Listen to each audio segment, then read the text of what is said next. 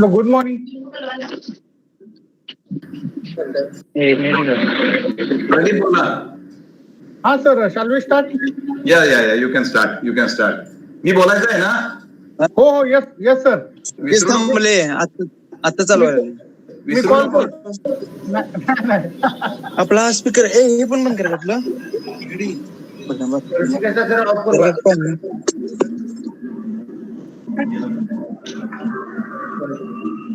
Start, Pradeep, start. Yes, sir. Good morning, one and all. So, good morning, Shashank. Good morning.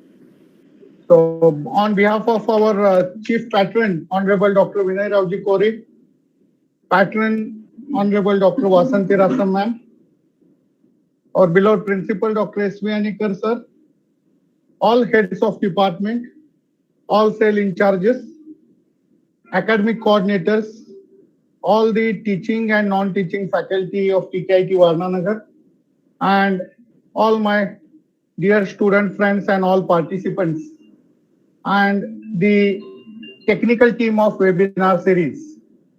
So I take this opportunity as a privilege to welcome our very dynamic alumni, Mr. Shashank Deshpande, who is a operation leader and factory manager at Dow Chemical International Private Limited. So welcome you, Shashank, on behalf of all of us. On behalf of Training and Placement Cell, I also welcome Dr. S.V. Anikar sir for attending this session, and all heads and all the faculty members and all dear student friends. So really we are very much proud to have a Shashank Deshpande. We can call him as a dynamic leader, and in a very short span of age, he has achieved milestones of success in his academic as well as in the professional career. So presently, Shashank Deshpande is working as the operation leader and the factory manager at Dow Chemicals International Private Limited, Lote. So basically, Shashank passed out in 2007 from Tatyasaheb Kore Institute of Engineering and Technology from Chemical Engineering Department. He was one of the topper of that 2000 batch. When he was in final year, he got selected through campus interview in a very reputed and a dream company of most of the students, that is Galaxy Surfactants Limited, as a graduate trainee engineer. After that, working for a few years in Galaxy, he joined as a process engineer in Dow Agro Sciences International Private Limited. Really, Shashank was very enthusiastic and always second step student. So he, after in the Dow Agro Sciences, he wished to go for the M.Tech, and he has completed his master in process design, that is M.Tech process design from University of Petroleum and Energy Studies, Dehradun. After completing his M.Tech, he again rejoined the Dow Chemical International Private Limited. So the list is huge, but he has worked as a in various domains. That is, he has worked as a production engineer, he has worked as a project engineer, PSFP. He has worked as a EH&S manager. He has worked as a project manager in the Dow International Private Limited. Really, it is a proudful feeling for all of us that he has completed various overseas projects in various countries like China, Germany, France, UK, Italy. Really, Shashank, hats off to your pathway, success of pathway, and reaching the peak of success in your career. So we are very much proudful to have such a eminent personality, our alumni, and a motivator to all of our students in always in a dynamic mode. So Today we are having Shashank and he is going to deliver his webinar on expectations of industry from the graduate engineers, which is a real need of today's students community. So Shashank, really we are very much proudful, and I request our dynamic principal Dr. S.V. Anikar sir to take over the charge. Thank you very much.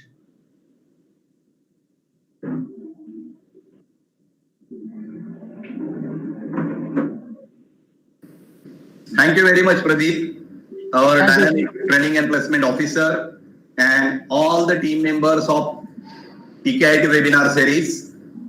Because of their efforts, this webinar series has initiated with the initiation of Mr. Rajesh Desai. Today, this is in line a second webinar. The objective of the TKIT's webinar series is only one: the benefit to our basic stakeholder, that is our students. Honorable Let C. Tatya Kore has started this institution in 1983 on a very auspicious occasion of Teachers' Day, 5th September 1983, with a single point of an objective to produce a graduate engineers of international standards. Shashank, we really want to congratulate you. You have really made our founder leader's dream true to be a factory manager in one of the topmost multinational company, that is Dow Chemicals Internationals Limited. Congratulations to all of you. You are going to benefit all our students by telling them how you can track your journey from college bench to be a multinational company's CEO. Our sitting chairman of Trivandrum Shikshan Mandal, Honorable Sri Dr. Vinay Rauji Kore, is always being a source of inspiration to all of us. He has also always in a dream to cater the quality education, best of the best services towards the students. And this is one of the part of providing this kind of service, making the executives' experiences available to our students. We also have receiving the guidance of Honorable Dr. Vasanti Rasam Madam. She is very much fond of quality services. She has a vast experience of administrating the educational institutes, and she has a very big biodata into her career. Also, we remember always the dream that Tata Sahib always says that we should produce a quality graduates which have international recognition. And seeing at a Dow Chemical, a foundation of a company, has been done by the Herbert Dow in the year 1897 for recovery of bromine in a deep earth brine solutions. And initially they were started a very small company. Now it has become a very big multinational company, and we are proud a TKITN student is one of the executive in such a very big multinational company. Without taking much more time, I wholeheartedly request all the students, all the department heads, all the training and placement coordinators to take up the maximum benefit of the lecture series, of webinar series by Training and Placement Office and Career Development Office. And in this seminar by Shashank Deshpande, we are going to get a huge benefit to our students to dream their career in the industry. So Shashank, heartiest congratulations to you on behalf of TKIT management and all the teaching, non-teaching staff. You are always our brand ambassador for the TKIT. Let's take up your webinar in your hand. Wish you all the best. Go ahead, sir. Thank you.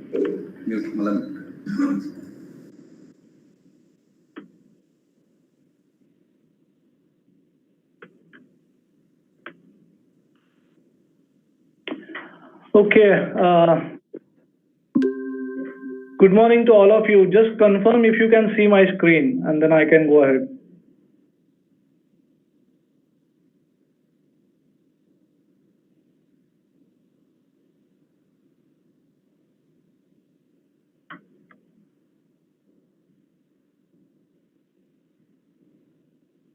Hello? Anikar sir, can you see my screen? Yeah. Session पर Yeah, Okay, good. you can go ahead, Shashank. Yeah, thank you so much. We have a So live very good morning. more than 125 live participants. Go ahead. Great, thank you. So very good morning to all of you, and thank you to entire TKIT Principal Dr. Anekar sir, PJ Patil sir for inviting me and giving this precious opportunity to interact with more than 100 participants. And this is really a proud moment for you, for me. Another thing is I would like to appreciate, the entire management team, Anekar sir, PJ Patil sir, and the technical team who have started this initiative to keep everyone engaged, motivated in this current difficult situation. So that's a great, great thing I see you are doing, and really congratulations for that. Also, thank you to non-TKIT participants who have joined the webinar, and I would also appreciate them as well. And also, in fact, you all should be thankful to TKIT who have started this webinar series, because this is a great opportunity for all of you to interact with the great eminent personalities from the industry who are having good experience, who can share their experience, and you can benefit out of them. It's really a difficult time now with the virus spread everywhere and most of us sitting in-house and not knowing what to do. But this is a great, great step, I should say. So congratulations again, Anekar sir, for this great start. Like आपण जसं कुठलीही गोष्ट सुरू करताना आपण गणपतीची प्रार्थना करून सुरू करतो, but in Dow what we believe is safety is the prime responsibility, and that is the first most important thing, or the first priority for us. So I would also like to start with a safety moment in the current COVID situation that everybody is facing. And what I saw is people are having different opinions or different understanding about the mask. You see people wearing masks all around everywhere, but really how effective are these masks that we are using? So if you see the first two masks, those are simple cloth masks that is available in the market, or the mask that we make at our home using a simple cotton cloth or a satin cloth. So these masks are typically not preventing you or not saving you from the coronavirus. This cotton mask cannot prevent you from the virus. The intent of this mask is just to prevent the droplets when you exhale, or when you sneeze, or when you cough, or when you talk. So this mask will prevent those small droplets coming out of your mouth to spread across. So because coronavirus is a silent killer and you never know whether it's there in you or not. So probably this will prevent the spread of coronavirus. Another important use of this mask is you become aware of social distancing. You prevent or you avoid touching your face every now and then. And third most important use of this mask is the other issues which people have because of dust allergies, and you can get cold and cough because of the dust and allergies, and that can create problem in the current situation. So these masks also prevent you from those kind of allergies. So most important is the normal face covers that you have are not preventing you from the coronavirus. Only the third mask, or the filtration mask, which is an approved filtration mask, only protects us from the aerosols, because virus is after all a particle. And the third type of mask, which is used by the medical professionals or the people who are treating the patients, are using such kind of mask, and it cannot be used by normal people because it needs some pre-testing. It is called as a fit test. So the fitness of this mask has to be done, and then only person can wear this mask. So just remember that these masks are not protecting us, the normal mask which we are using. It is just preventing the spread of the virus. Okay. So that was a part of safety movement I wanted to start with. I'll not go into details of the introduction, as PJ Patil sir has done it very well. But just quickly, as he said, I was a normal student when I joined TKIT. In fact, after the 12th results came into my hand, I directly came to TKIT and I applied for chemical engineering. I mean, I never thought about any other branch of engineering. I never thought about any of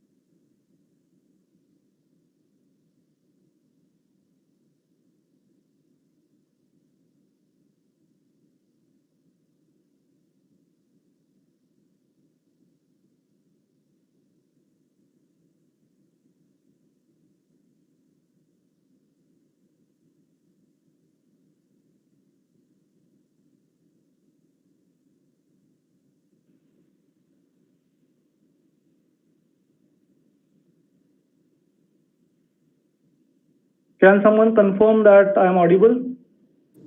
Yes, sir, you are audible. Okay, thank you. Thank you.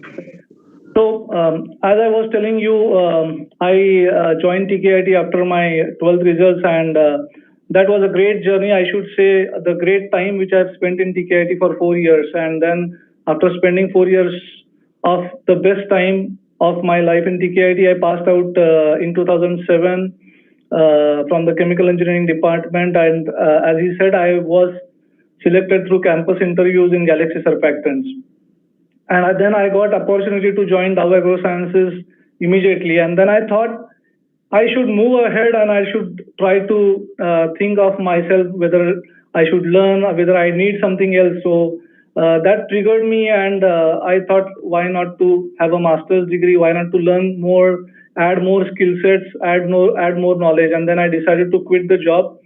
And then I appeared GATE and got a good score to get an admission to the university in Dehradun, and I completed my master's over there. But still, Dow Chemical was a dream company in my career, and I was behind Dow Chemical till then. And I got an opportunity again to join back Dow. So I did various roles in Dow as a production engineer for a couple of years, as a project engineer handling all projects at the site, also as a process safety focal point, then EH&S manager looking after personal safety of the people at the site and individuals, and of course recently as a project manager, which was a big project of 100 crores, which we did at Lote Parshuram, and I was the whole and sole responsible for the project. And then I had opportunity to do some overseas projects as well, which gave me a good exposure to the international industries and international technocrats. So that was me. I would also like to share something about Dow. As Anekar had rightly mentioned, this is a great organization to work in. And if you Google it out, this is the third largest chemical company on the globe. So if you see the chemical companies all across the globe, Dow is the third largest company. After BASF, after DuPont, Dow is the third largest company. So it has around 113 manufacturing sites, all around 31 countries in all continents. We are serving to customers in 160 countries. So we have a huge customer base, and there are 37,000 employees worldwide, and I am one of them. So this is about Dow. I'll not go into details of Dow, but the today's topic which I'm going to cover is what really we expect from the graduate engineers or the fresh engineers or the engineers which pass out from the institute and trying to join the industry. So I'll cover something about campus recruitment, preparations on what we really expect in the campus drive. Then how are the few months or what we expect in the initial few months from you guys when you join the job? And then most importantly, the emotional quotient, the emotional intelligence that you need before you join the industry, after you join the industry, and what kind of emotional intelligence you need. I'll talk about that. And then few tips on long-term career, how to build a long-term career, how to grow in the industry to have a big career and a successful career. Okay. So before that, before I move forward, as I said, if you can log into menti.com, I'll just take 2 minutes, and you can log into menti.com and you will see a number. You can put this code 523898, okay, in the menti.com, and then you can answer this question. Just take 2 to 3 minutes. I'll not take much time, but let's try if we can do this. Otherwise, we can skip this.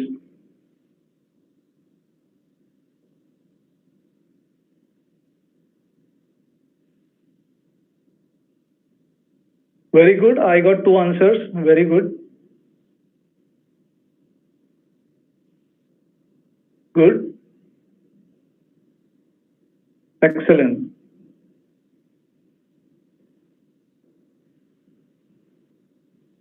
Very good. Great. That's interesting.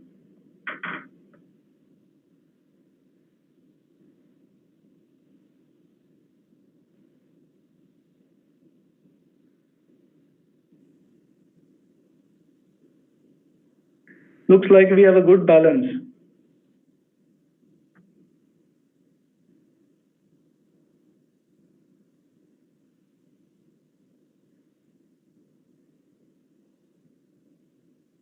Okay.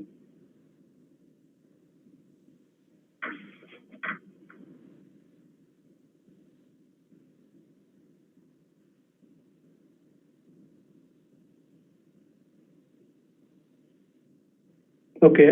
1 more minute and then we can proceed. I'll wait for 1 more minute.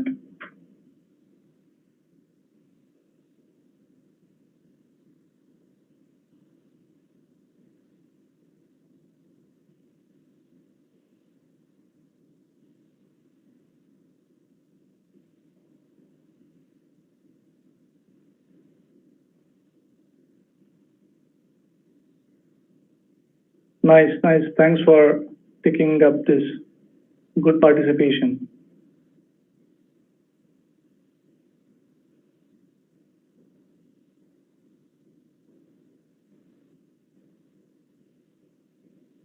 Good.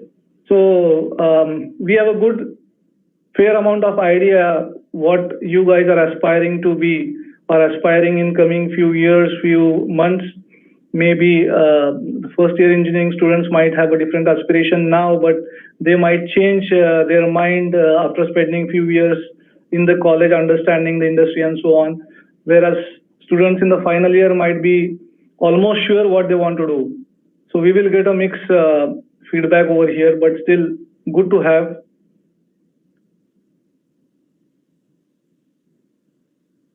Okay, let's move ahead. We have a good amount of data over here. Around 76 participants have voted, and looks like the campus placement. And it was obvious for me. I was just trying to get idea from you guys, but it's obvious because the location where we are situated, the students, the college where it is situated in a rural area, the students are coming from the rural areas.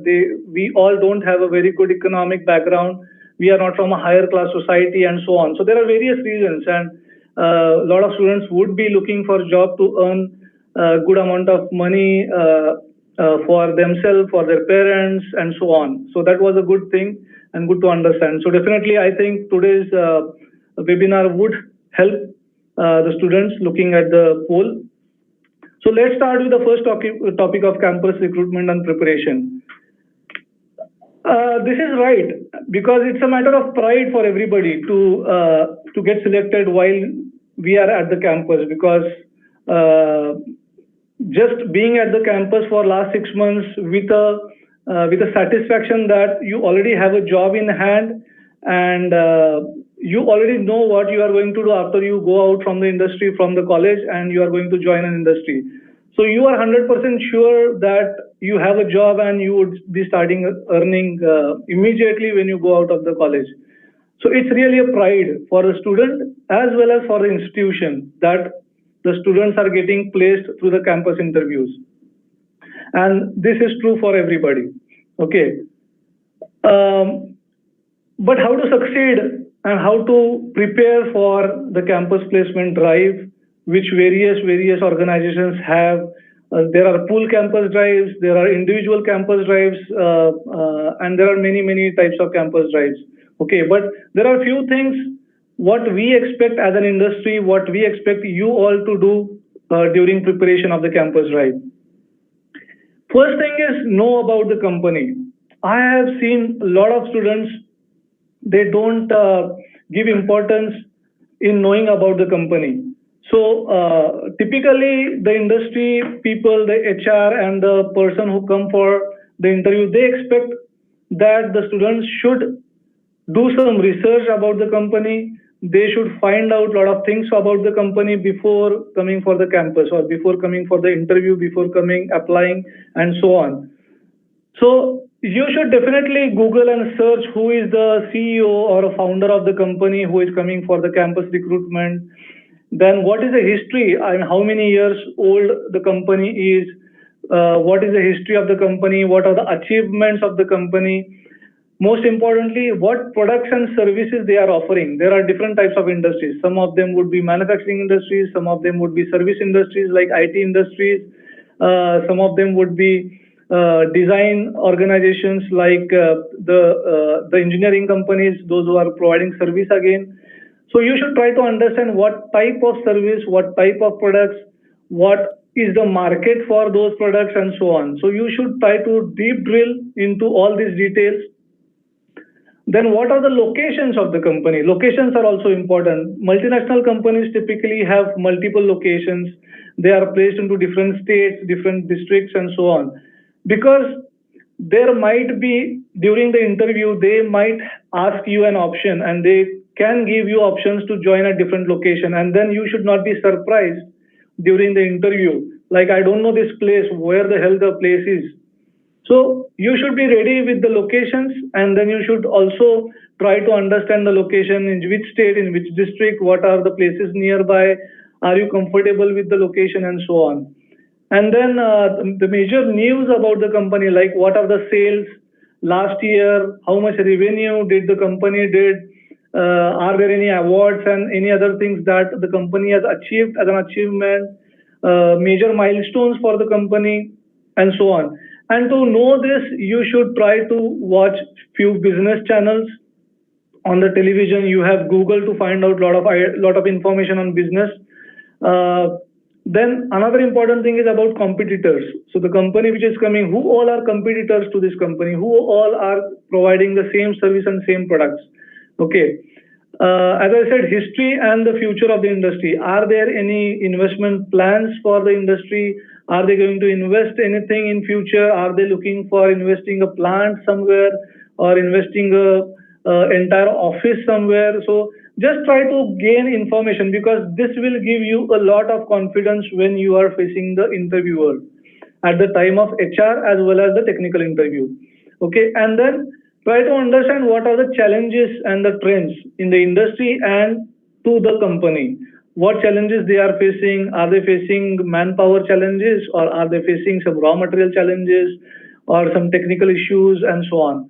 So, I mean, this is a small list of details, but you can list down your own list of details, and you be ready with all these points before you come for the campus interview day or campus placement day.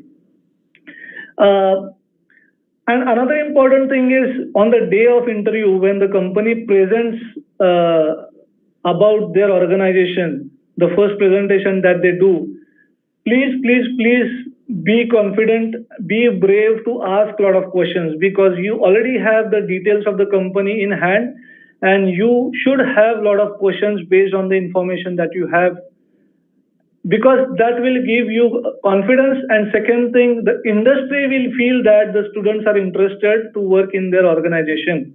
and they might have some more ideas or some more plans to recruit, and that would help the institute as well as you. Okay, so that is most important thing, to ask questions in the first presentation that they do.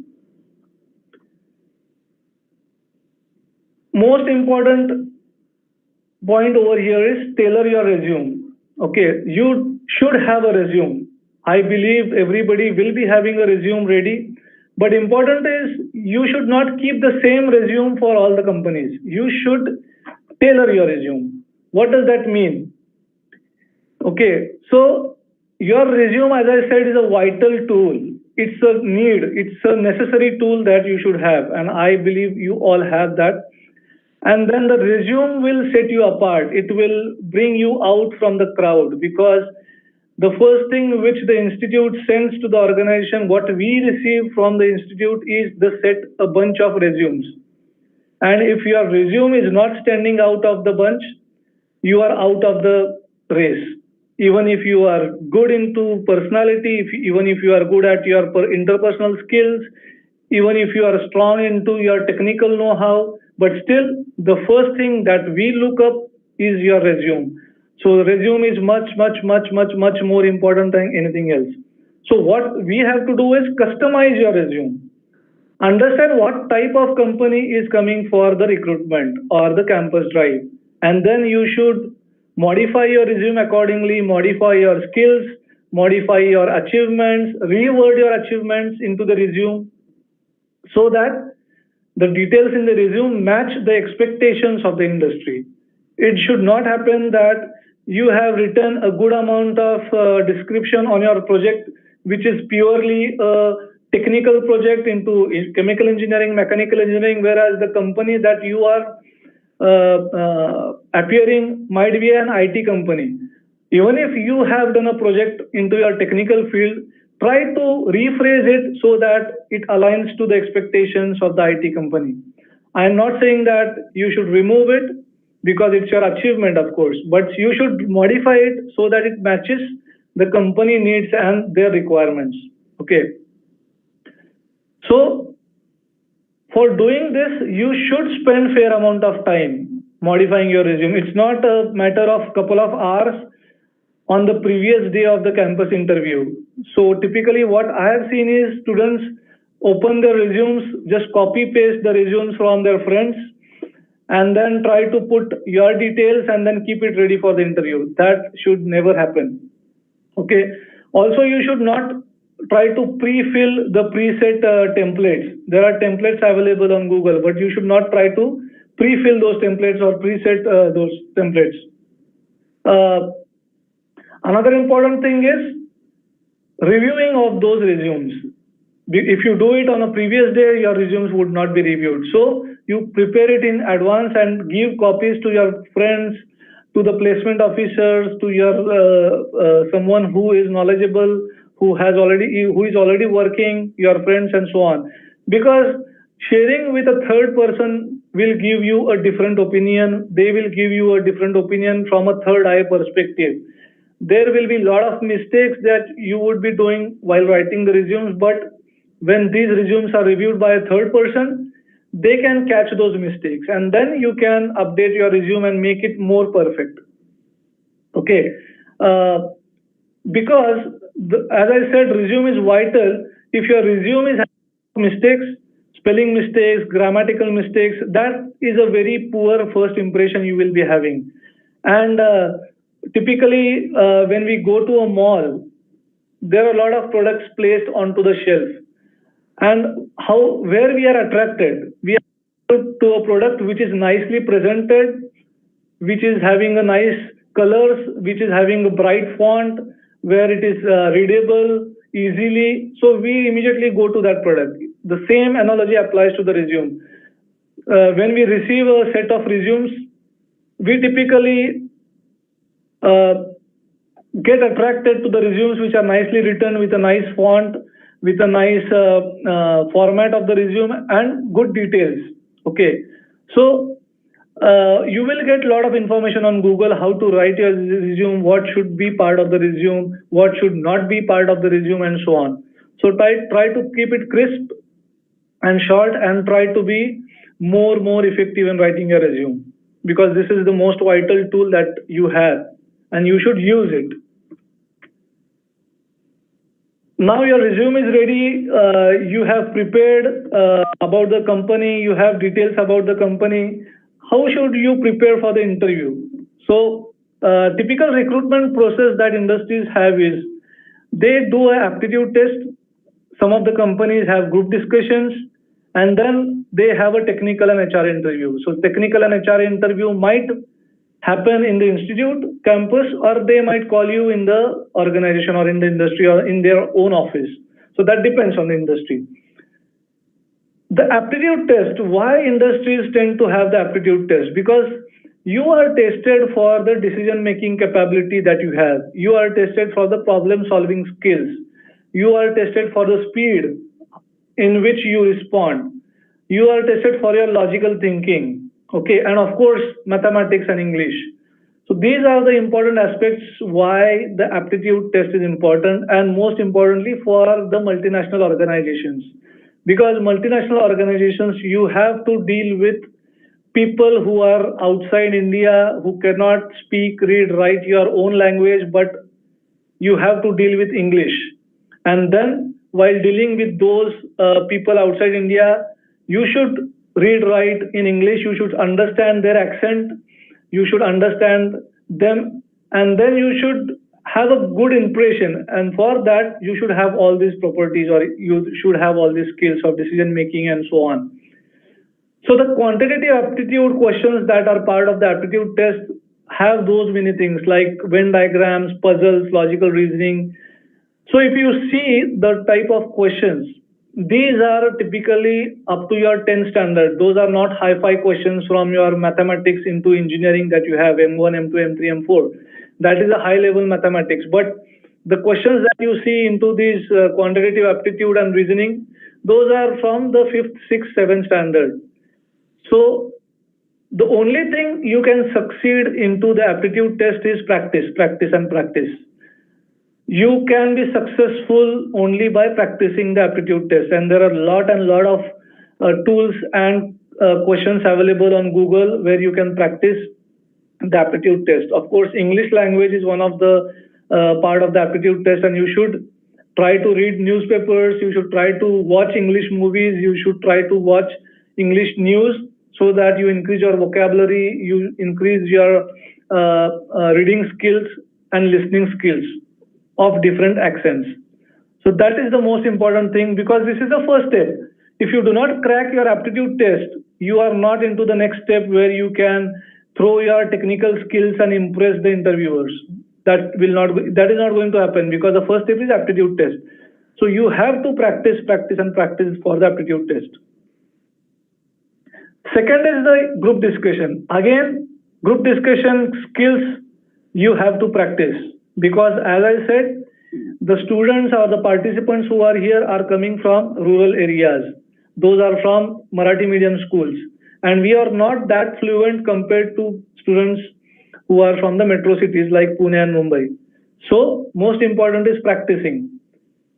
So few things here I have listed which can make you successful into group discussions is like, most important is looking presentable. You should dress up so that you create a good impression into the group, and you should stand out of the group with your attire that you are wearing.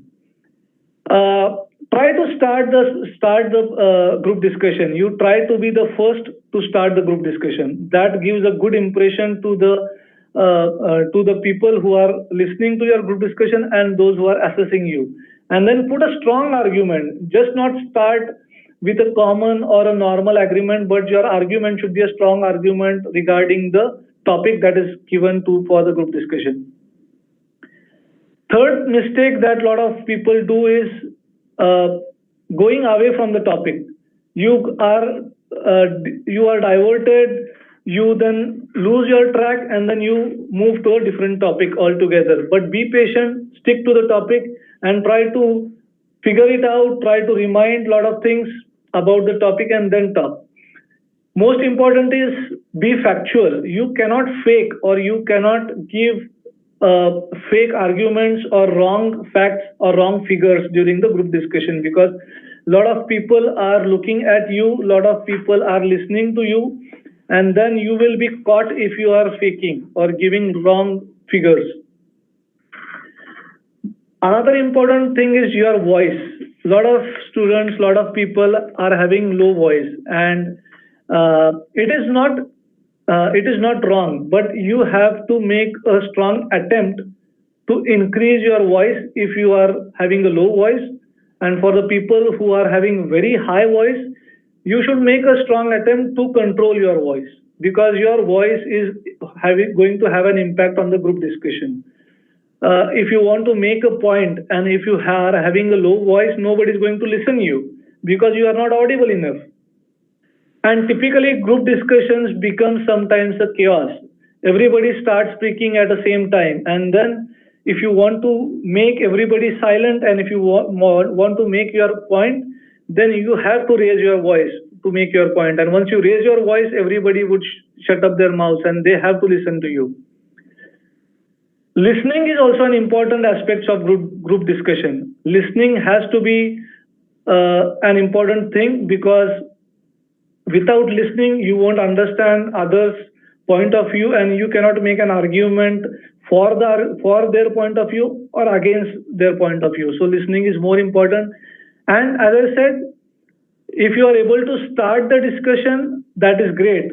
But if you are able to conclude the discussion as well, that is much more important, because concluding the discussion with a conclusion where all are in agreement is a great thing to have. And then if you conclude the discussion, you unknowingly become the leader of the group, and that will make you out of the group, and that will have a good impression on the people who are taking this group discussion or who are assessing you. Okay. Last important point is following the instructions. Like typically group discussions, they give you the time limit, they give you the topics that need to be discussed, and a lot of instructions are given before the start of the group discussion. So most important is following those instructions, because if you do not follow the instructions, even if you have strong argument, you have a bad impression on the assessor. Okay, just remember that.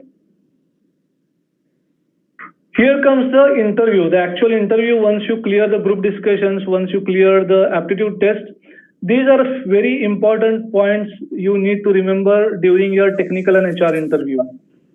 Especially for the technical interview, you have to brush up your basics on your subjects.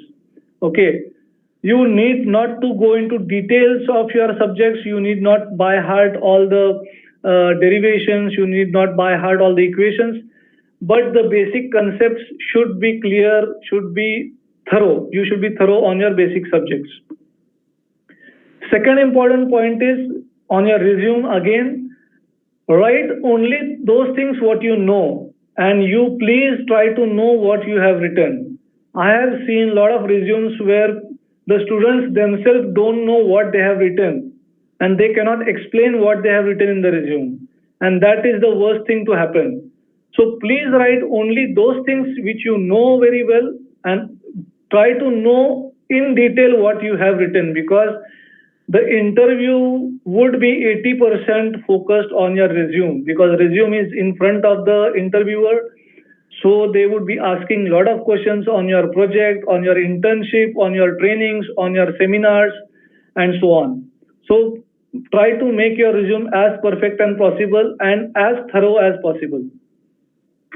Do not exaggerate. Exaggeration makes it more difficult, because then the interviewer would definitely point it out, or they would definitely know that you are exaggerating to some point. Try to be crisp, try to be precise. Okay. If there are difficult questions which are asked by the interviewer, may it be technical or may it be HR, because typically HR or technical, they try to ask questions in a different way. So, and if you are not sure about the answer, try to make an educated guess. Okay, just don't deny answering the question, but try to make an educated guess and try to answer smartly. And if you are not sure about this, then you can deny directly, but don't deny at the first instance. Try to make an educated guess. Try to it smartly with whatever knowledge you have. Because we typically try to bluff or try to lie to the interviewer in a fear that if I don't give the answer, I would have a bad impression and I won't be selected. But you should never lie, you should not bluff, but admit that you don't know the answer. That is the better way instead of bluffing or lying. Sometimes you would find the interviewer rude enough. So sometimes you would find interviewer not paying attention to you. He would be having a loud voice which would disturb you, but that's intentional 90% of the time. 90% of the time, the interviewers are not rude. They are not doing this. They are not originally like that, but they are doing this intentionally. Try to understand. Try to make this out because that might be a stress interview for you. So keep calm, keep your nerves cool, and try to just be there and try to understand what he is trying to do. Okay. Sometimes we are depressed, we start sweating, and we tend to forget everything that we know looking at the interview, and that would be a worst thing to happen. So rude interviewers is intentional. So assume that the interviewer is not rude, he is trying to interview you in a rude way to assess your stress levels, how you deal with the stress levels. You should carry all the important documents with you. That is the most important thing. Because they might ask you your passport, they might ask you something else, because something is there behind their mind when the interviewer is trying to ask you this question. There might be a chance that they are looking for a person who can immediately go abroad and support one of the overseas projects. Okay, that might be an intent. So you should keep your all the documents ready with you, all the important documents. That's crucial. Don't be late. This is something you all know because HR people are very, very, very cunning. I mean, they do not like someone who are late, who are not respecting what they have told. So that would be the worst thing to happen with the HR person, and that pisses him off a lot. So try to be on time. This is important when you are having an off campus or you are going to the office and you are attending the interview. Typically, when the campus drive is in the campus of the institute, we are on time most of the time. But when you go out, try to be on time. You are traveling through public transport. You know the delays because of the public transport. The buses are punctured, the delay in the train and so on.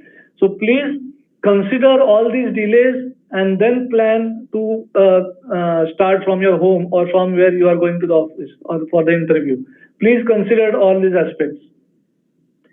As I said, your answer should be concise to the point. Just not try to bluff around. Just not try to beat around the bush. If you are not knowing the answer to the point, just admit it that you don't know. And last important point is your body language. That gives a huge confidence to you and also to the interviewer. Even if you don't answer 50% of the questions, but still if you are confident and that confidence is evident from your body language, you are done. You will be selected into the interview. Because nowadays your body language, your confidence matters a lot. The trend has changed. Industries are looking for smart people. Yes, they need technical skills, but over and above technical skills, industries want smart people. They want confident people. And they want people who are having a good body language and a personality.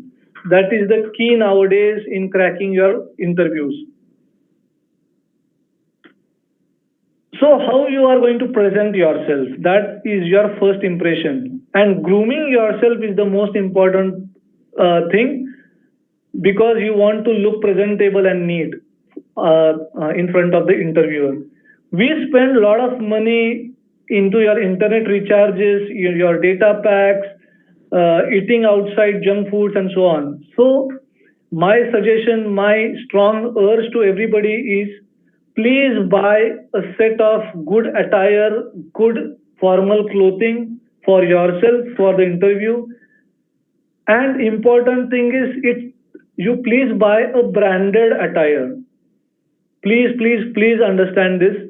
Spend some additional money in buying a branded shirt, a branded trouser, or a branded blazer. That makes a lot of difference. Okay, please spend some money in investment. This is an investment, it's not a spending. Try to understand. Please buy a branded perfume for yourself, a soft perfume.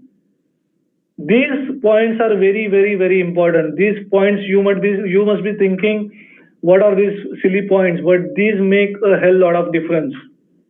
Okay, so as I said, try to be formal in your clothing. Don't wear jeans, don't wear chappals, don't wear sandals, don't wear sports shoes. Your attire has to be a formal attire for both male and female. So try to find out what are formal attires and try to buy a good branded formal attire. Just buy one, but it should be a branded and a good one. That will give a good impression. Okay, and your body language. So there are a lot of things into body language. If I start talking about body language, it will be another 1 hour on body language. But this is an important point I wanted to make. There are different aspects of body language: how you sit, how you keep your hands, how you keep your legs, how you stand up, how do you speak, how your eyes should move, how your eye contact should be there. There are so many things.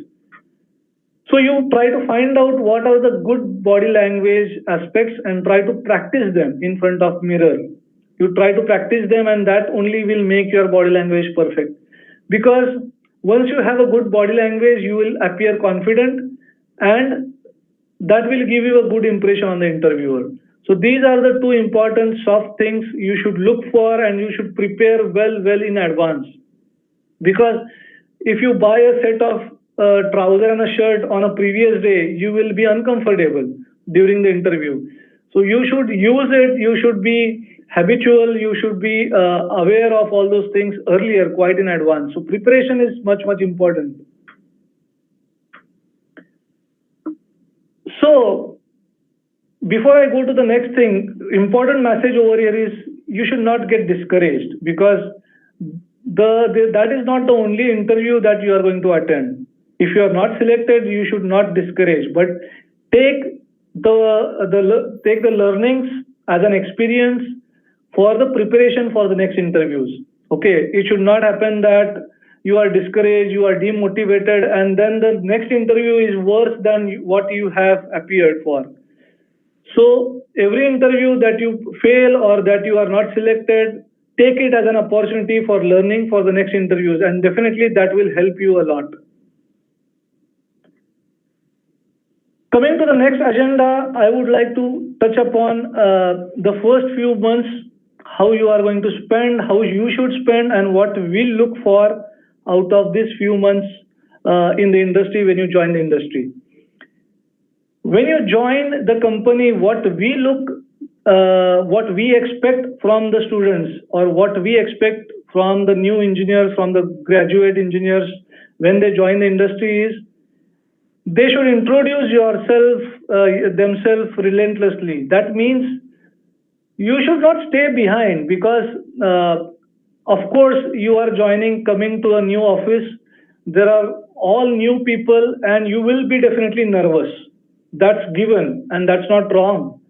But you have to step ahead. You have to make a effort to introduce yourself to everybody. Nobody is going to ask you, who are you? Nobody is bothered about you. Nobody is going to ask you, where are you coming from and how have you came here?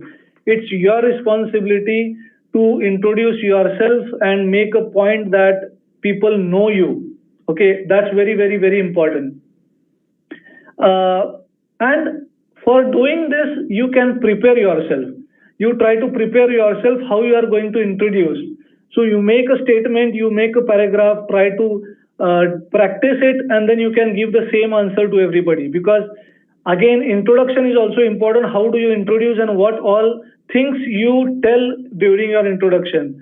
So it should have your name, it should have your achievements, it should have your accomplishments, your skill sets, and then most importantly, where are you coming from, and what are you going to learn from here, and what are your goals, what are you looking for, why have you joined this company. So these are very few important things you should consider during your introduction. Then try to ask questions. You are new to the office, industry, factory, or wherever you go, it's more important to ask questions. And important is timing of your questions. It's not that someone is busy doing something and you go there and start asking questions. That will irritate the person. Important is you try to find out the right time to ask questions to those people who are working around you and you are new to the office, to the industry. Try to understand the right time to answer those questions, ask those questions. Maybe during lunch, you can request or invite somebody for lunch. You can ask, can you have lunch with me today? And then you can interact with that person, or on a coffee table or on a tea counter. You try to find out the right time and right location. When you are new to the site, new to the office, try to find out couple of people who can be a good friend, and then you can be more open to those. Try to understand company, try to understand details about the company, try to understand how the company operates and other things. So try to find out a friend, couple of friends into the new organization. Then try to navigate or understand the new workplace. Don't just go and sit in a one place which is assigned to you. Try to move around, try to find out places, try to know the places all around. Where is the canteen? Where is the sports complex? Where do I have a Xerox machine? Where do I go for a coffee, and so on. So try to ask questions and try to find out places. That will give you more confidence. Most important thing is discussing with your manager. Okay, so your supervisor would be defined earlier itself. So you will know your supervisor. So try to have meeting with him and try to understand how you are going to succeed in your job. He will give you few points what you should do, and try to do those points. Try to have frequent interactions with your manager, okay, in earlier days. And of course, be enthusiastic. Don't be shy. Don't sit at one place. Don't just think that you have to look at your watch. Try to see at your office timings, 5:30, किती वाजता, 5:30 किती वाजता वाजतात, and when I go home. Okay, don't be that, because that is going to give you a bad impression on other colleagues around you. Another important thing is, next, after you spend few weeks into the industry, what next? How you are going to be there, or what is expected from you guys when you spend couple of months, when you know the office, you know the industry now, you know the places around you, you know the people now. Now, most important thing is you challenge yourself. Don't try to be confined to your ideas. Try to challenge yourself, try to set boundaries and goals. Try to think out of the box, try to understand, and try to do things which have not been asked you to do. There are a lot of things which your manager or your boss will ask you to do. Of course, you have to do those things, but also try to find out opportunities where you can contribute over and above the manager is expecting from you to do. So most important is you have to be enthusiastic and always try to challenge yourself. It's not that you should be satisfied with what you have or what is being offered to you in your initial days, but try to be more challenging and try to ask for more things as you grow, as you spend time. Another important thing is your manager would not come behind you asking for your feedback, for your updates, and so on. Yes, definitely he will come behind you if you do not go to him for a couple of months or couple of weeks, and that should not happen. You have to proactively set weekly, monthly reviews with your boss, with your manager proactively. When you join the office, look at your calendar, look at his calendar, and try to set up a recurring meeting every couple of weeks, every month, to update him on what all you are doing into the organization or into the industry, your learnings, your contribution, your connections with the people, and so on. So try to give him update regularly. That will give a good impression to the manager. Then believing in yourself is more important. Believing yourself will make you confident. Okay, because you will undoubtedly face frustrations and you will make mistakes as you are adjusting to the new place, to the new office. Don't fixate on what you have yet to accomplish. Don't think about what you want to do. Just try to be yourself. Try to focus what you have right now and try to believe in yourself, because this is entirely something new to you and you will not succeed on the first day. You will not be able to do what has been asked you to do on the first day itself, or on the first week, or in the first month. Be patient and try to spend time and try to understand and believe in yourself. That is most important, and definitely you will succeed. And the last point is networking. In your initial period in the industry or in the office or in the organization, networking is the key for your success. And we expect you to network with as many people as possible in the new organization, in the new office, in the new industry. Try to talk to people, try to know what they are knowing, try to know about their families. There are two achievements, or you will achieve two benefits out of this. You will make friends, you will make a good emotional attachment with those people. If you go and talk about their families, if you go and talk about your family with those guys, and most importantly, people will try to accept you. People will start accepting you. That is the crucial point in working in an industry or an office, because our focus or our goal is to become a leader. Our goal is to climb the ladder as fast as possible. Our goal is not to join the industry and stay there for years, right? Doing the same job. When you join the industry, our aim is to climb the ladder in the industry. Try to become a leader, try to become a CEO, try to become a chairman of the company. So you have to do networking, try to be personal, try to have an emotional attachment with the people around you and the colleagues that are working with you. That is the key for success in your career. And if you do this in your initial phase of the career, in first few months of your career, that is going to help you like anything. That is based on my experience, because I have experienced a lot. I was very poor in doing networking. I was very comfortable being alone, doing my job, my task alone. And I was effective and efficient doing everything alone. But then I realized that if I don't network, if I don't talk to people, if I don't try to understand their concerns or their feedbacks, I am going to stay wherever I am right now. And then typically for people, those are introverts, this is quite difficult to do. But you have to put intentional efforts in practicing this, practicing networking, coming out of your comfort zone and talking to the people. Talking to the people is crucial in your initial period in the industry or in the office or in any organization you want to join. Okay.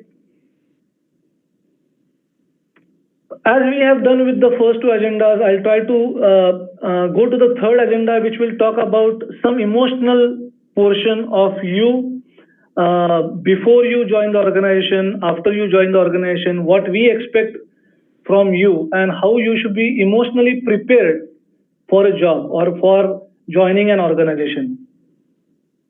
So see, there are two things. One with a high emotional quotient and one is with a low emotional quotient. And definitely industry looks for people who have an high emotional quotient. Typically, these are the traits which we see into the people, and then we understand that the person is having a high emotional quotient.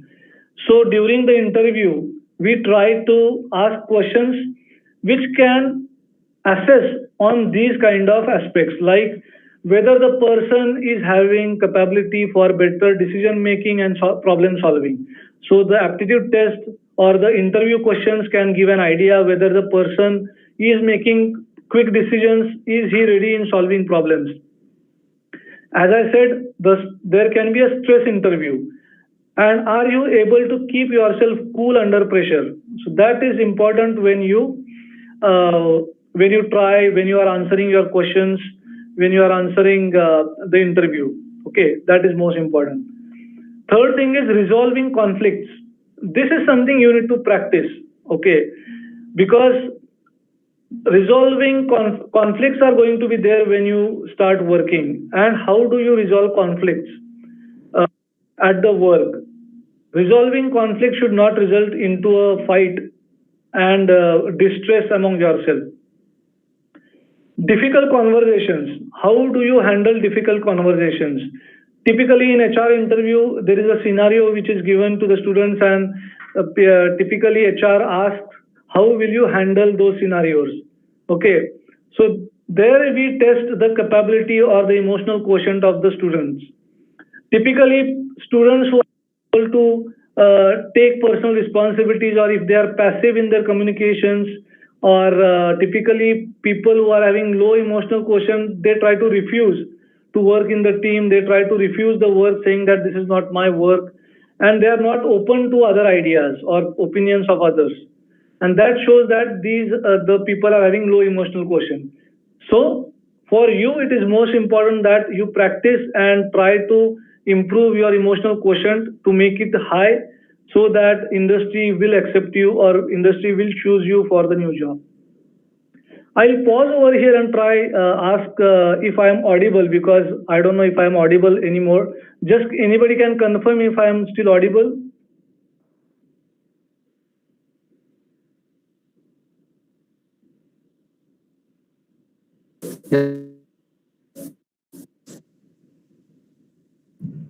Shashank, you Okay, I assume that I am audible. Okay, thank you. Thank you. I'll proceed. Now, this is the crucial thing which I wanted to discuss about your emotional quotient or emotional intelligence. And these are few important things that you should practice and you should have before you join any organization, or if before you join an industry. And you should have all these emotional traits in you to make you successful in the industry or in the organization. Most important thing is self-awareness. So what self-awareness means is you try to pay attention to your feelings, how you are feeling about the new job. Are you comfortable? Are you nervous? And so on. So these emotions really have a big impact on yourself. So you should be self-aware. Okay, what are your emotional strengths? What are your weaknesses? Are you immediately getting demotivated or stressed when somebody talks to you which you don't like? So you try to understand what are your emotional things which are not good and which you need to improve, and try to work on those things. So that will only come when you are aware of yourself, of your emotional quotient about self-awareness. Self-regulation is also important. So you should self-regulate. Once you are aware of what you have, what are your emotional, few things which are good, few things which are not good, try to regulate those things. Try to find out ways in which you can improve on the things which are not emotionally good. If you are getting stressed immediately, if you are not successful in something, like if you are solving a problem, and if you are not able to solve that problem immediately, you try to start creating stress. And if that is an issue for you, try to start regulating yourself. Try to start working on that issue. Try to start working on that emotional portion of your self-awareness and try to improve on that. Thinking before making decision. Okay, under self-regulation, most important portion is thinking before you make a decision. That is crucial when you join the industry, and you have to start practicing this well in hand before you join the industry. So everything you speak out, everything you make a decision, you have to think twice, thrice before you speak it out, because once you speak it out, the arrow is out of your bow and you cannot bring it back. And that is the comment that you have already been made, and you cannot take it back. And that will create an impression, may it be a good impression or a bad impression. Sorry, anybody wants to say something?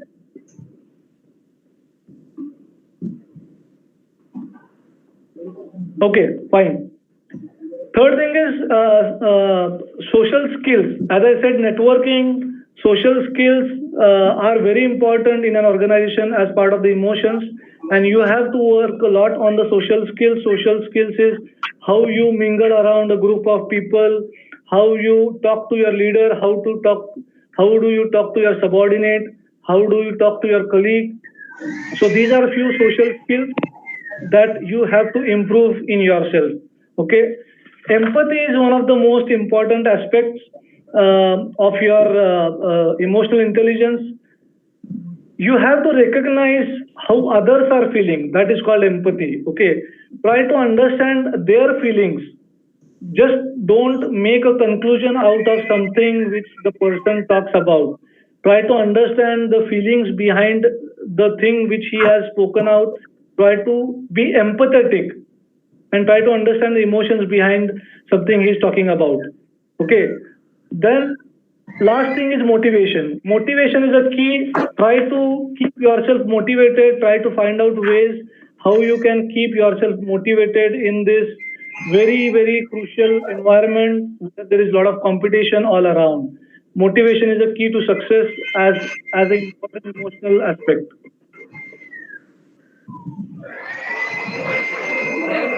Can somebody mute everybody because I am hearing some noise?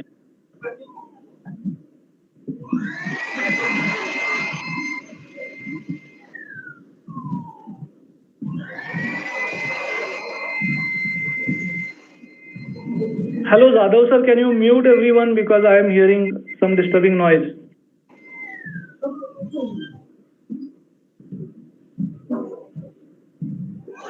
Okay, let me continue. These are a few emotions when you will be having once you are there on a new job, when you join the industry.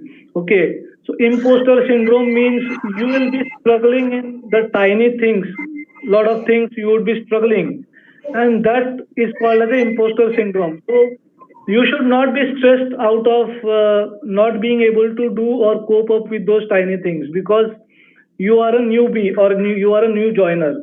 So being a new person does not mean that you are the only person asking questions. There are a lot of people asking questions.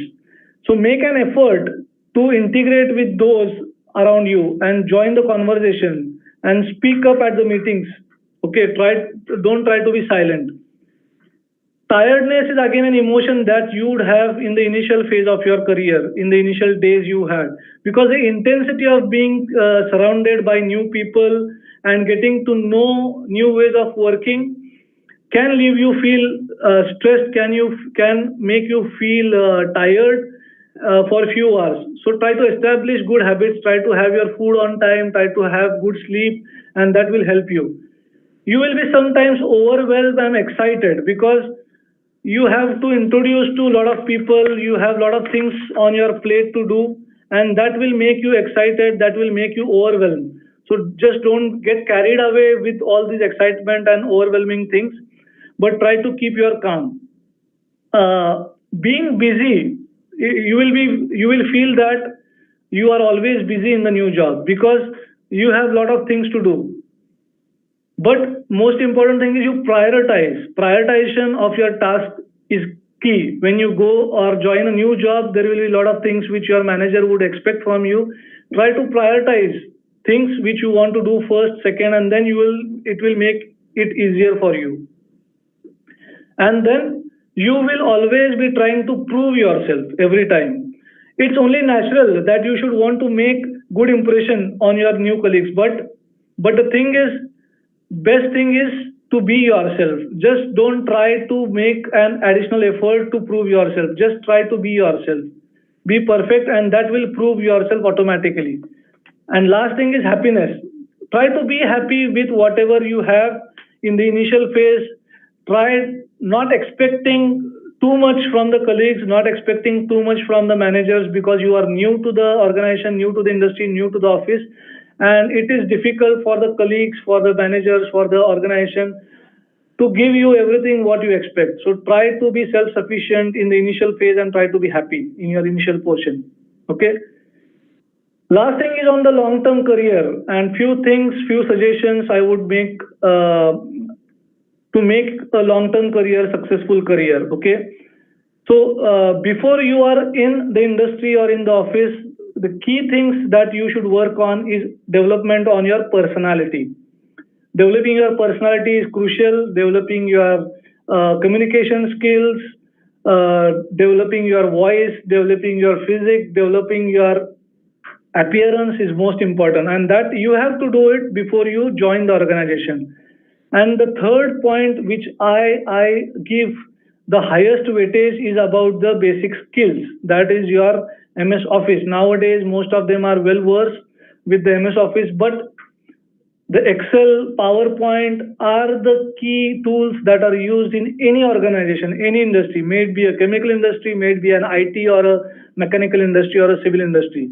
MS Office is the key, and try to learn as much as possible when you are in the college, in the institute or at home before you join there, because these are the only tools which will be given to you to work on the initial period. And drawing graphs, making a good presentation, making a good analysis of the data is key to create a good impression. And then when you are in the organization, try to learn new skills which are necessary for the organization. You have to think now which are beneficial to the organization. You have to think from the organization's perspective, what organization is expecting from you, and try to learn those skills. You try to gain management experience. Even if you are not into the management group, try to gain that experience. Try to understand what the management is doing, how they are making decisions. Third highlighted point over here is business acumen. This is a key. What we think is we are technical guys and business is not our portion, but no. If you want to be successful in any organization or any industry, having a business acumen is key to your success for a long-term career if you want to climb ladders. Because business acumen is something you would find on Google, on your web pages for your industry. And what do you mean by business acumen is something about the industry, what business it's doing. Like if it's a manufacturing industry, how much business the industry is doing, what is the position of the industry in the outside world, how much revenue the industry is or the industry is making out, what is the profit margin, what are the products, what are the customers for those products, what are the margins for each product. If it's a service industry, what type of services we are giving, what are the negotiations we are doing with the customers, and so on. So that comes under business acumen. Okay, and that is crucial if you want to grow into the industry, if you want to climb the leadership ladder. Also try to improve your leadership skills and attributes. That's key for your success. Third important point is developing a career plan. Try to make a holistic career plan. Where do you want to go? How do you want to proceed in your career ladder? What do you want to achieve in your career? Short-term goals, mid-term goals, and long-term goals. You make it for yourself and then try to work on them. And last important thing is grab every opportunity. There will be a lot of opportunities which will be directly coming to you or indirectly, and you have to grab every opportunity. Try to find out opportunities, and then working on those opportunities is key for your long-term career into the industry or any type of industry you work on. Because opportunity doesn't come to you every now and then. It comes only once, maybe once in a lifetime, maybe once in 15 years, maybe once in 10 years. And if you are not ready to grab that opportunity, you will be set back. And what will make you confident to grab this opportunity is all the skills that I told you in my earlier slides, all the confidence that you need to gain. That will give you confidence to grab every opportunity, and you cannot say no to any of these opportunities. Somebody has said that choose a job that you love and you will never have to work a day in your life. That means definitely you have to work, but that will not be a work. That will be fun for you if the job that you are doing is a job that you love. Okay. So try to be happy in your job. Try to love what you are doing. Don't just try to do something because you are you want to do it or you want to do it for money. Try to find out joy. Try to find out love in what you are doing. most important thing is better start now than never. I know this might be a beginning for most of you. This might be you might have started doing all these things in your career, but still then this is not the end. This is start, and it's never late than to start, right? It's never late than you never do it. So better start now, better start preparing now on these aspects, better start working on those skills, on those personality traits, on those emotional quotients, on those emotional intelligence aspects of yourself, and try to work on it. Okay. I'll open it for question and answer, and before that, before I end, I have another question for you on menti.com. If you go ahead, if you open the menti.com again, I'll take you through the next question.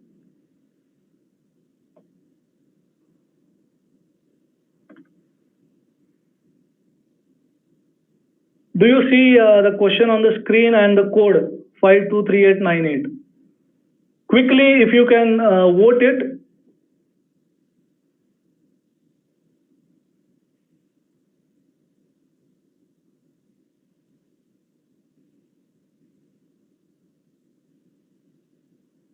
Just 1 minute, will not spend much time. It's already end of the time, it's 12 o'clock. Okay.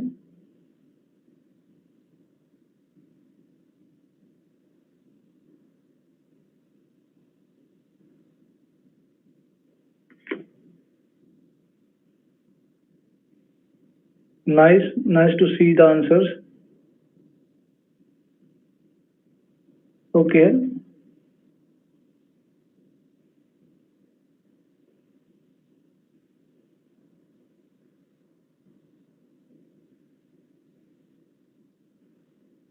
That's exactly what I was mentioning.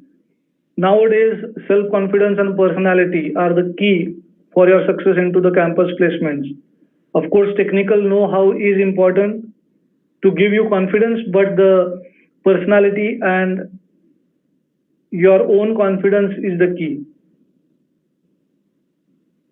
So looks like it's a good balance of all these four. Definitely one out of these four is not a correct answer, but you should have a good balance out of this to be successful in your campus placement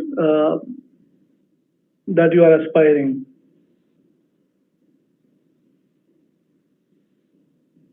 Yeah, right. This is what I was expecting. Most important is self-confidence and your personality. But remember one thing, your technical know-how is crucial for giving you the self-confidence. Just having self-confidence, just having a loud voice, or just having a good personality or a physique will not succeed you in the campus placement. The technical know-how, the technical knowledge, the basics that you have learned or you will be learning in these 4 years is crucial for giving you the self-confidence over here that you are ranking the most. Right? Okay. So good. I'll stop here with the quiz because I have a good amount of replies from all of you. So that's all from me, and I'll open it up for the question and answer. I don't know if the chat will be used for question and answer. Yes, Shashank. Okay. So all the participants, please put your questions in the chat box.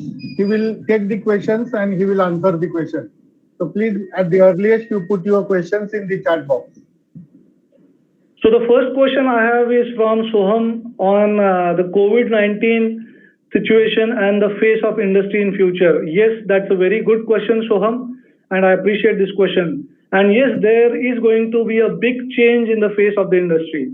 Okay, it's not going to be the same thing what we were doing earlier. It's going to change a lot. Few things which are going to change is the way the industry operates. Lot of artificial intelligence, lot of digitalization would be used now in operating the industries, in operating the offices. Working from home would be a key thing now. A lot of IT industries are looking for increasing their working from home way of working.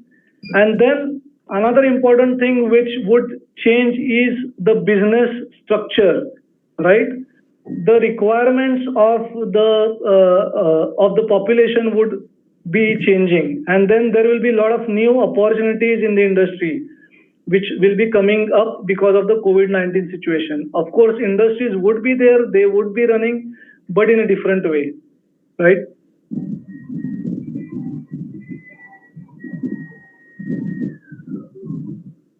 So if you are a first year engineering student, as I said, try to understand what you want to be and try to understand what you want to achieve first, okay? And then you can list down the few actions that you need to take in your next 3 to 4 years. Try to focus, just don't diverge or just don't lose your track. Focus on those few actions, what you want to. For example, you are a first year engineering student and you want to go for a higher studies, right? Then you should not focus on preparing for campus interviews or preparing for something else. Try to start preparing for higher studies. If you want to go for campus interviews, if you want to do a job, try preparing for that from now itself. Try to make your basics clear, try to make it firm in your mind, and there are many more ways to make these basics clear, right? Your projects should be such that you use your basics. Your project should be such that they create a good impression on the industry.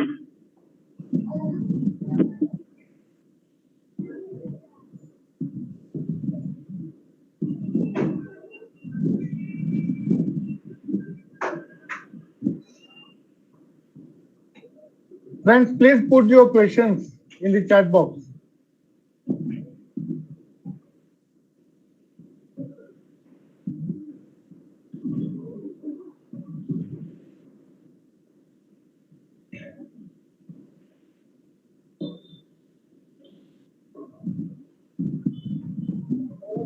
Another important point over here for the first year engineering students or maybe the second year as well is try to talk to people. Try talking to the placement officer, try talking to the principal, try talking to your HOD, because they can give you a lot of information, they can guide you a lot.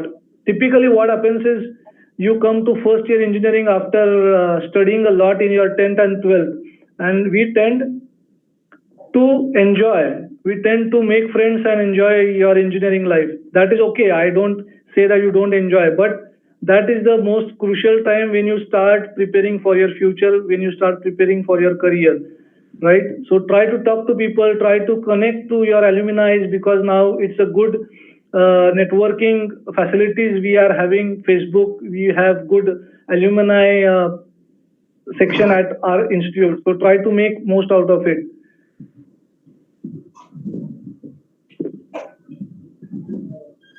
So social distancing is going to be a key for many years from now, and as you rightly said, machine learning is a key now, and yes, these will be necessary things that people need to learn or need to have, right? So machine learning, trying to work from remotely, trying to understand about the work remotely is key nowadays, and it's going to be a key in future as well.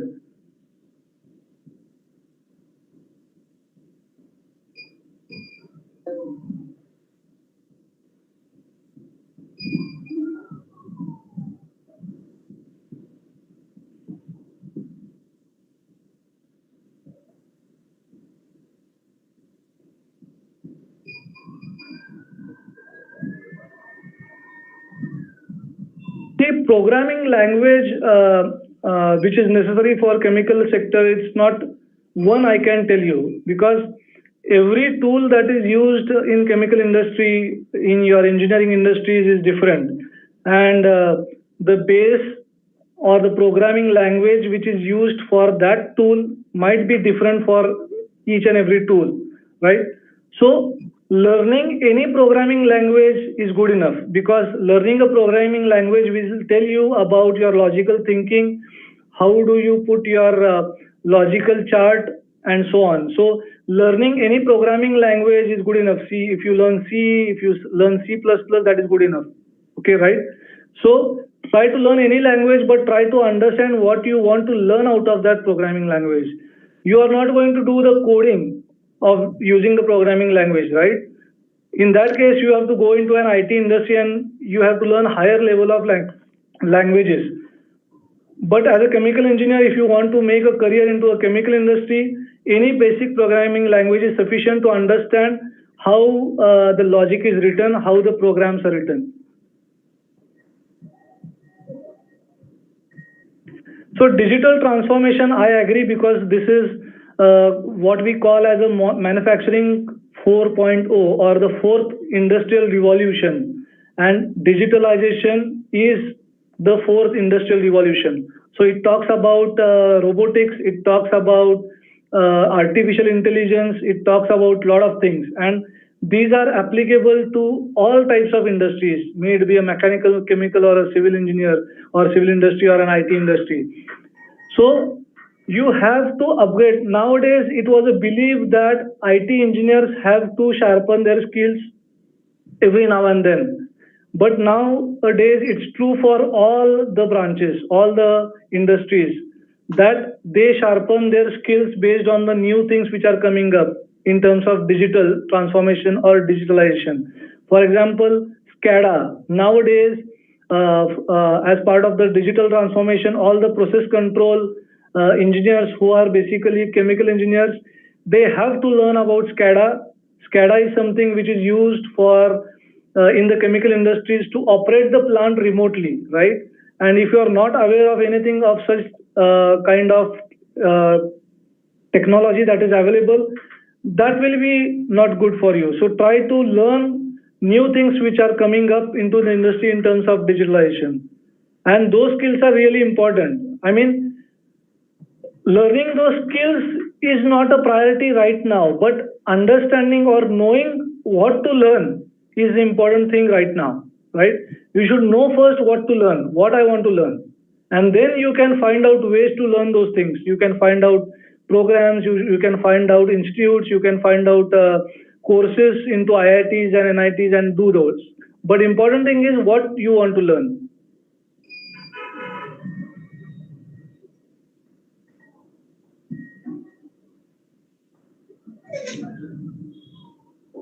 Dear participants, if anyone want to ask the question directly also, they can request us. We will provide you the platform.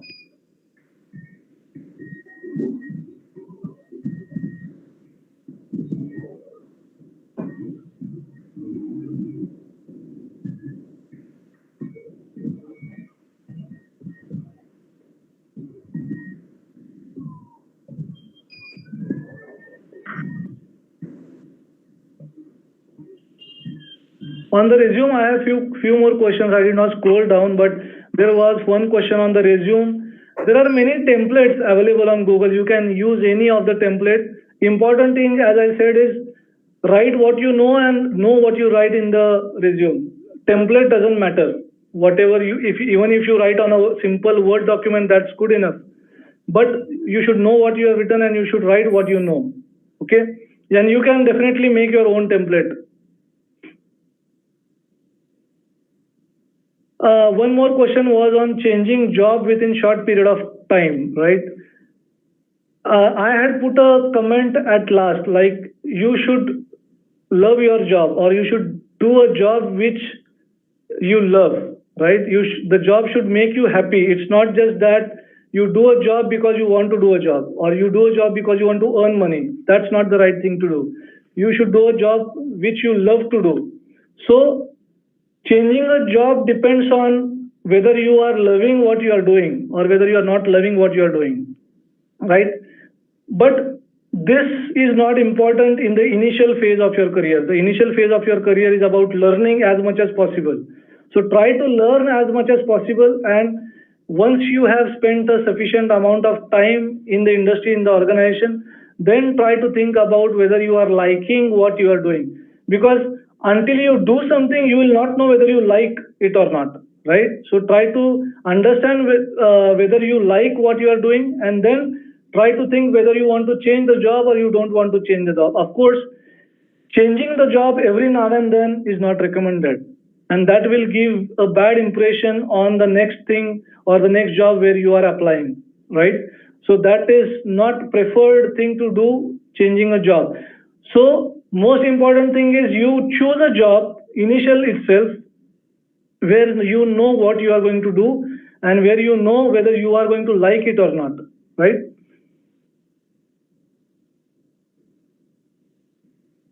Okay, this is a great question for the mechanical engineering students. Scope of work or scope that the mechanical engineers have into the chemical industry. Yes, I am very happy to tell you that there is a big scope for mechanical engineering students into the chemical industry. Typically, mechanical engineering students don't tend to go to the chemical industries, but chemical industries need a lot of mechanical engineering students. They have a big scope because chemical industry or chemical engineers, they are operating the plant, right? And the assets that the chemical industry have, those are huge, right? All the assets that you see, the plants that you see, the machineries that you see. But how to maintain those equipments or how to maintain those assets? The mechanical engineer has to maintain those assets. And there is a big scope for these kind of mechanical engineers into the chemical industries. And we have many such examples in Dow where the mechanical engineering students has joined chemical industry as a mechanical engineer and has moved into business, has moved as a site leader, has moved as a business head. So once you join the industry and prove yourself, there is no limitation.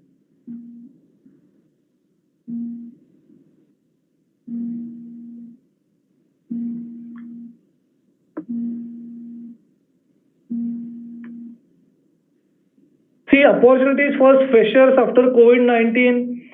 I mean, everything is uncertain right now, and you know the position of all the industries, right? The industries are not doing good at this moment. People are not having sufficient requirement of the products. Industries are not working. Nobody is buying cars. Nobody is buying mobile phones and other things. Nobody is taking service from the IT industries. So industry is not doing good. But there is a big ray of hope for the fresh engineers after the COVID-19 situation, because once the situation is normalized, there will be a sudden increase in demand from the customers, from the end users, and that is going to increase the requirements, and that is going to create a need for fresh engineers into the industry after COVID-19. You rightly said, yes, there are big opportunities for the fresh engineers after COVID-19. So my urge to everybody is you prepare yourself. You have the right time now. You have ample amount of time now available to prepare yourself.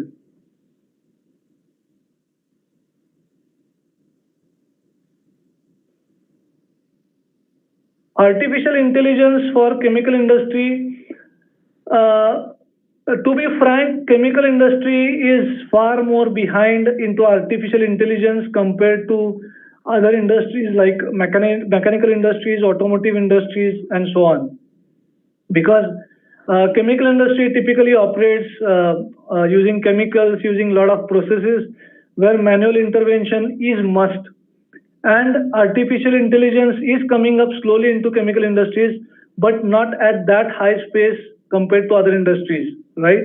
So because artificial intelligence typically is used, already is in use in chemical industry. For example, the flow meters that are installed, they calibrate themselves depending on the density of the fluid, on the viscosity of the fluid, which is flowing through the flow meters, right? Nowadays, people are working on artificial intelligence into the reactors, where you can the reactor itself can read the parameters and itself can decide how much temperature, how much cooling has to be there, whether I should stop the cooling or increase the cooling or decrease the cooling, what should be the speed of the agitator, and so on. Yes, people are working on artificial intelligence in chemical industry, but yes, at not that pace in which the automotive industry or other industries are working.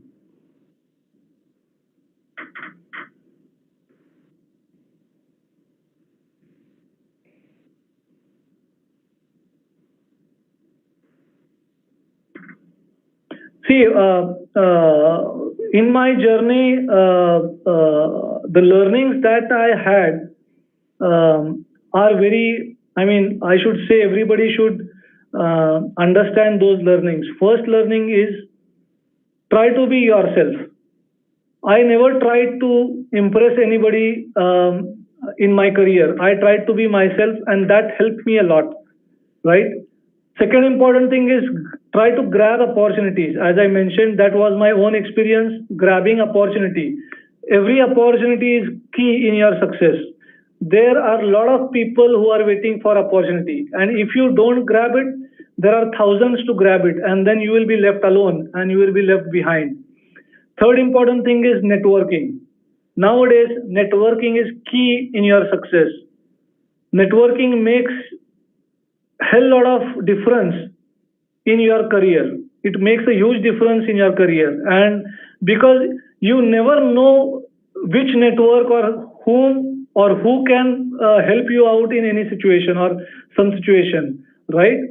So networking is a key, definitely. So these three learnings you can take from me in my journey.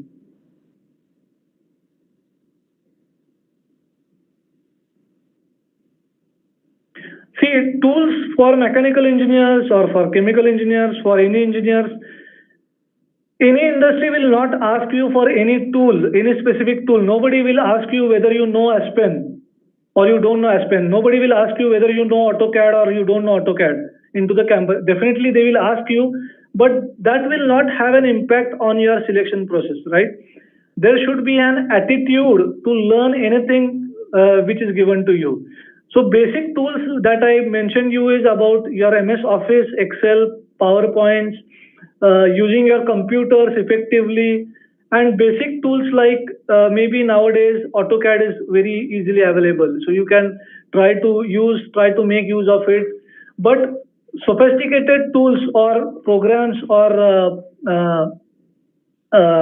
programming languages that you mentioned are not required for any engineer before you join the industry. Nobody will ask you.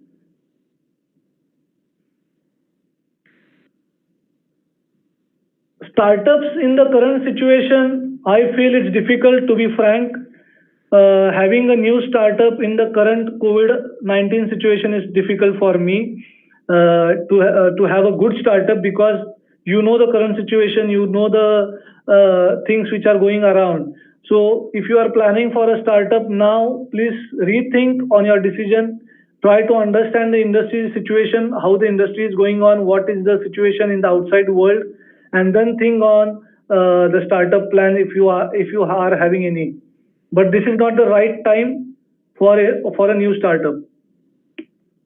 Of course, it's not that you cannot think about it.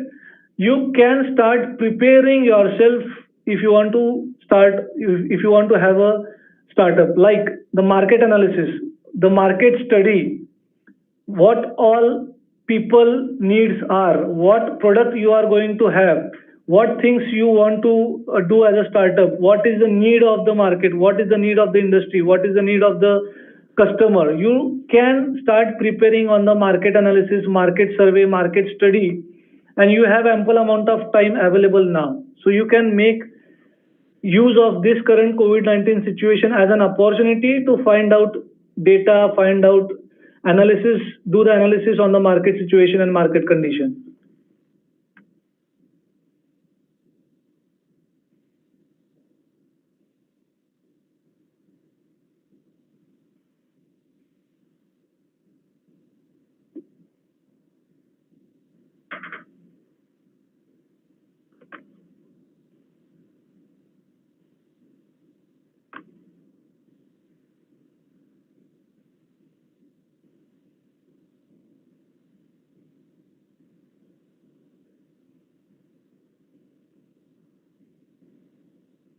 PJ Patil sir was asking civil students to make queries. Now, also I want to share something, because I have a younger brother who is a civil engineer. Of course, he is also an alumni of TKIT, and he passed out as a civil engineer, Swapnil Deshpande, and he also got placed through campus recruitment into Technimont, ICB Technimont in Mumbai. So he started working there. So if you know ICB Technimont, it's again an engineering organization and it works into various fields. And chemical engineering field is where the ICB Technimont serves a lot into piping, into industrial industrial infrastructure and so on.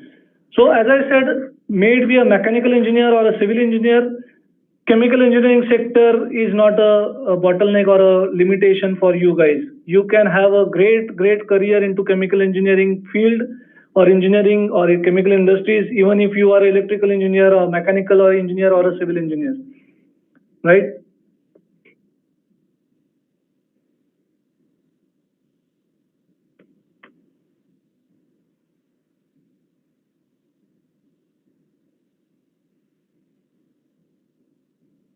Another key fact I would like to tell you is my boss is an electrical engineer.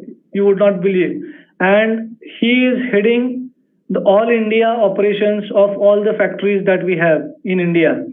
So an electrical engineer is heading all the factories in India which are producing chemical products. All the factories are chemical industries. And an electrical engineer is heading all those industries. So that can give you an idea how any of the branch of engineering can go anywhere. There is no limitation nowadays with the changing world and with the changing situations in the industry. Most important thing is you should have that attitude in yourself.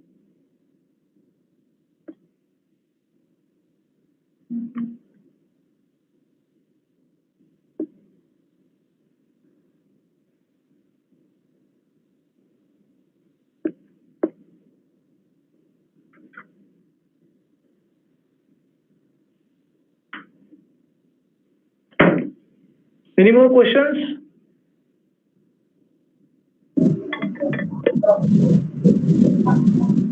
Any more questions, friends? Okay. So, Anekar sir.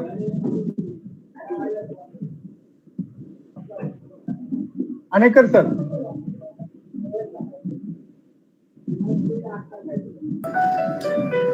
Hello. Hello. Something? Anika sir is not. Hello. Hello Hello. हा Anekar sir हा बोला So, Anekar sir is not there. Sir Anekar sir is busy in some other work. You might conclude. Okay. So I request our Associate Training Placement Officer, Professor Rajkumar sir, to deliver the vote of thanks. Thank you, sir. Thank you, sir. Okay, it was a very wonderful and nice session. First of all, I would like to thank our speaker, Mr. Shashank Deshpande sir, Factory Manager and Operations Leader, Dove Chemicals International Private Limited, Lote Parshuram, for accepting invitation and gracing this webinar as a speaker. Sir, your words of wisdom and guidance of the path of making successful career through campus placements and career ladder in an organization will definitely help our students in understanding the importance of campus placements and the skills required to survive in an organization. And key takeaways of this particular webinar was about resume writing, wherein a famous quote we have like face is an index of a mind. In the same way, for an interviewer, resume will give the index of his like technical skills, maybe communication skills and all, what he has attained through his curriculum. Next, we're like interview etiquettes, HR interview skills, technical interview skills, how to lead a team, how to lead an organization, emotional quotient, and many more. And also, sir mentioned the important tools to be known by an engineering graduate, maybe a chemical engineer, maybe a mechanical engineer. The tools like SCADA, and there must be an learning attitude, and also like as we say, an attitude of know how and how to know. This attitude must be there in an every engineering graduate. Thank you, sir. I thank I thank our Chief Patron, Honorable Dr. Vinay Ravji Kore sir, MLA Maharashtra State and Chairman Sri Vana Vibhag Shikshan Mandal Pananagar, who is always motivating us in doing such kind of things, innovative work, and which will benefit our students. I extend my thanks to our administrative officer, Dr. Vasanthi Rasam Madam. I extend my deepest sense of gratitude to our stellar motivator, Dr. S.V. Anekar sir, Principal TKIT Vananagar, and Professor P.J. Patil sir, TPO TKIT Vananagar, for organizing such a nice, wonderful, informative webinar to students. I thank our dynamic team of training and placement cell who work for their students' betterment. And I thank student participants and staff participants from TKIT as well as from various organizations who have attended this webinar. I thank, and last but not the least, the driving force of this complete program, since from giving a link for registration till conducting this webinar successfully. I thank entire webinar team, Head SNS NV Zadav sir, Head Computer Science Department, Professor A.G. Patil sir, our one more eminent speaker, orator, right, and multifaceted person, Professor R.B. Patil sir, Professor Imran Tamboli sir, Mahesh Bhosle sir, S.S. Matsagar sir, and all those dedicated hands who worked to organize and conduct this webinar successfully. And before concluding this webinar, I request all the participants, students and staff to give your valuable feedback so that we can improve our efforts in organizing even better webinars, which will definitely help you. You can give your feedback in terms of conduction as well as the expectations from your end, right? Maybe in terms of topic or maybe in any other requirements from your end through the feedback. I thank, hence I conclude and over to Professor P.J. Patil sir. Hello. Thank you, Rajkumar sir.